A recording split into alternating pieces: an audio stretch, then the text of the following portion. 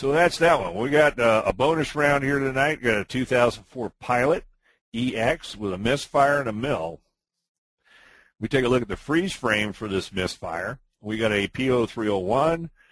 So we have a cylinder number 1 misfire. Happened about 2,800 RPM, going 61 miles an hour. Now, this guy was hammering down pretty good on his car when he set this misfire code. Now, when we look at the fuel trim, we're seeing some numbers here that are really not indicative of a fuel issue, because if we were not getting enough fuel to one or more cylinders, the deal would be that you'd have a significant amount of fuel add going on. Now, of course, an ignition misfire is going to look pretty similar to this. You're not going to really be able to pick out an ignition misfire in fuel trim because it doesn't affect ignition that much. Excuse me, ignition doesn't affect fuel trim that much. Sorry. So we get the engine in the bay, and the technician does something we've all done, and that is power brake the engine while it's in the bay.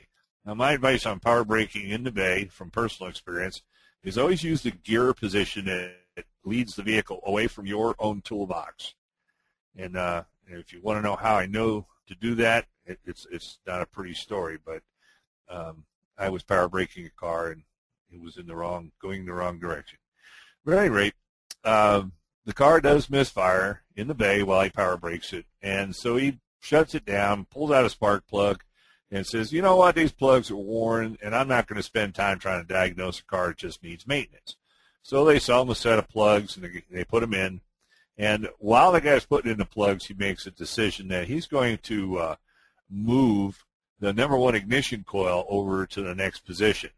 Now, in his mind, just in case he was wrong and it needs a coil-on plug assembly, he's covered, because what's going to happen when he starts the car back up is he's going to get a misfire on a different cylinder.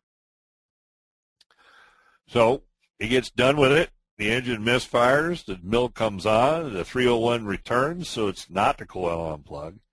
And so now he decides he's going to reach in and disconnect the EGR valve and drive the car again.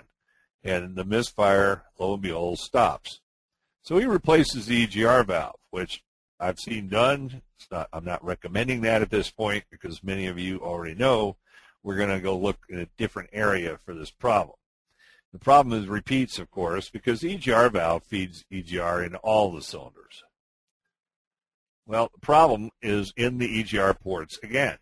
This is a different type of problem. I've described it, but our first car had one where one cylinder was plugged and the rest were flowing. And in this case, we have most of the cylinders plugged, and one of them is nice and open.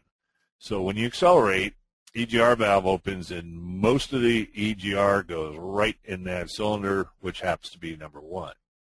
So that's going to give us this misfire. Now, I just wanted to mention, this is 2009, and they have not changed their mind about high side control for EGR. So the solenoid is grounded, and then the PCM controls the power to the solenoid. And I'm hitting on this more than once, you notice, because I don't want anybody to blow up PCM while they're trying to fix an EGR valve. It just would be a bad day for everybody. So just remember, high side drivers are out there. Tons of cars use high side drivers, and I have found that the Asian vehicles in particular are somewhat negligent on current protecting their driver outputs. So we don't want to cause damage while we're trying to do a diagnosis.